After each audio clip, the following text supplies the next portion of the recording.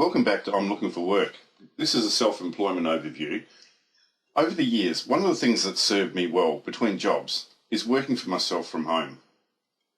In the early days, it was something I did to get a few extra dollars between jobs. However, it's what I've been doing now full-time for the past 16 years. In this video, I've included a brief overview of some of the things you could do to earn some money for yourself while you're looking for the perfect job. Who knows, it might turn into something that you want to do full-time. With my background being in sales, one of the things I've always found easy to do was to find a product that businesses needed and then source a wholesaler for the product and resell it to them for a profit.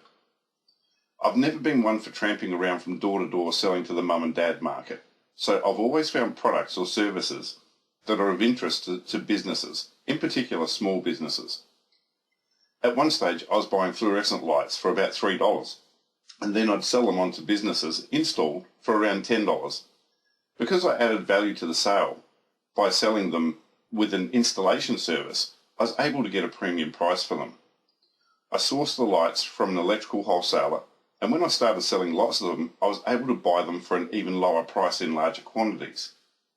A word of warning, don't buy large quantities of anything unless you've sold them already. In my early days, I made the mistake of buying a large quantity of goods that I thought would sell really well, only to find out that I was wrong, and ended up with a pile of them in my garage until I got sick of seeing them and sold them for less than I purchased them for. You can always build up to a large purchase when you know you have a hot market for the product, but only buy in small quantities in the beginning. You can always start with as little as one item to use as a sample and deliver the order once you get the sale. By using a good quality light, I was actually able to demonstrate to the business a significant improvement in their office or shop light conditions. And I often found myself replacing the whole shop or office full of lights, just so they could have better quality lighting. Sounds easy, hey? But you need to realise that these things didn't sell themselves. I had to knock on a lot of doors and do a lot of demonstrations. There were days when I sold only a small amount of these lights and hardly made a cent. Because I was persistent and went out and did it every day though, there was good days too, and on those days I often made as much money in a single day as I would have earned in a whole week at an average job.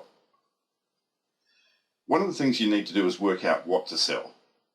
And if buying goods at wholesale prices and selling them for a profit is of interest to you, there's some steps to take that can be very easily defined. First of all, think about what products or services a small business would use on a daily basis and make a list of these items. Think beyond physical goods and include services as well. Might not sound glamorous, but there's people out there making great money from cleaning windows for businesses that don't have time to do it themselves. Think outside of the box. I've heard of people offering services like watering office plants, and they get paid quite well for coming into the office, sprinkling a bit of water over the plant, and then moving on to do the same at the next office. Simple service, but big profits. If you don't have a product or a service to sell, find an industry you're interested in and try to find a business that will let you sell their product. Effectively, what you're doing here is becoming a commissioned agent for the company wanting to sell their services. But the upside is that you don't have to provide the service yourself. If you want to get into a new industry, you can often break down the barriers to entry by offering to do something on a rewards basis like this. If you offer to sell their product on a commission-only basis, it can give you an introduction into the industry. If you find that you're good at it, it could lead to full-time work or you being offered a job as a professional within the industry rather than an entry-level job you would have got if you applied before getting some experience. Another thing that you could do from home is consider lawn mowing. If you have a lawnmower and the motivation to knock on your neighbours' doors and ask them if they'd like their lawn mowed for a respectable fee, then something like this might be for you. If you've got some design skills, you may be able to consider something like web design. Did you know that it's very simple to create a web page these days? There's many online tools that will help you do it. If you've got an eye for design, then maybe making websites for businesses is something that you could consider.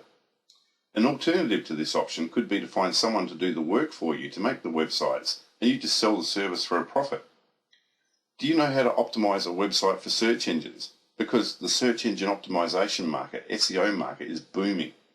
If you know how to optimize a website or get traffic to come to a website or a social media page, You might be able to sell a service like that to a business that can't do it themselves. Have you ever been accused of wasting too much time on Facebook and Twitter? Now you can turn that knowledge into cash as a social media manager. Did you know that one of the most in-demand industries at the moment is social media management? Smart businesses who don't want their staff spending all day on Facebook and Twitter are outsourcing their social media services, and they will pay good money for you to do it for them. You could build custom Facebook fan pages and Twitter profiles for them if you know how to do it, and then help them build up their number of fans and followers. You could even do their posts and tweets for them, so their social media efforts are social in nature.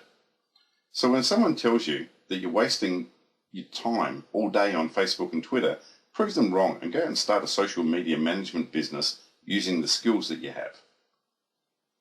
Freelancing is something that's huge these days. Did you know that there are websites you can go to and bid for freelance work? People will pay you to do anything from being their personal assistant, designing their website, providing legal advice if you're a lawyer, and even jobs like sales and marketing. Some of the sites you can find this kind of work on include odesk.com, vworker.com, elance.com, and there's plenty more out there. All you have to do is a search in Google for freelance jobs.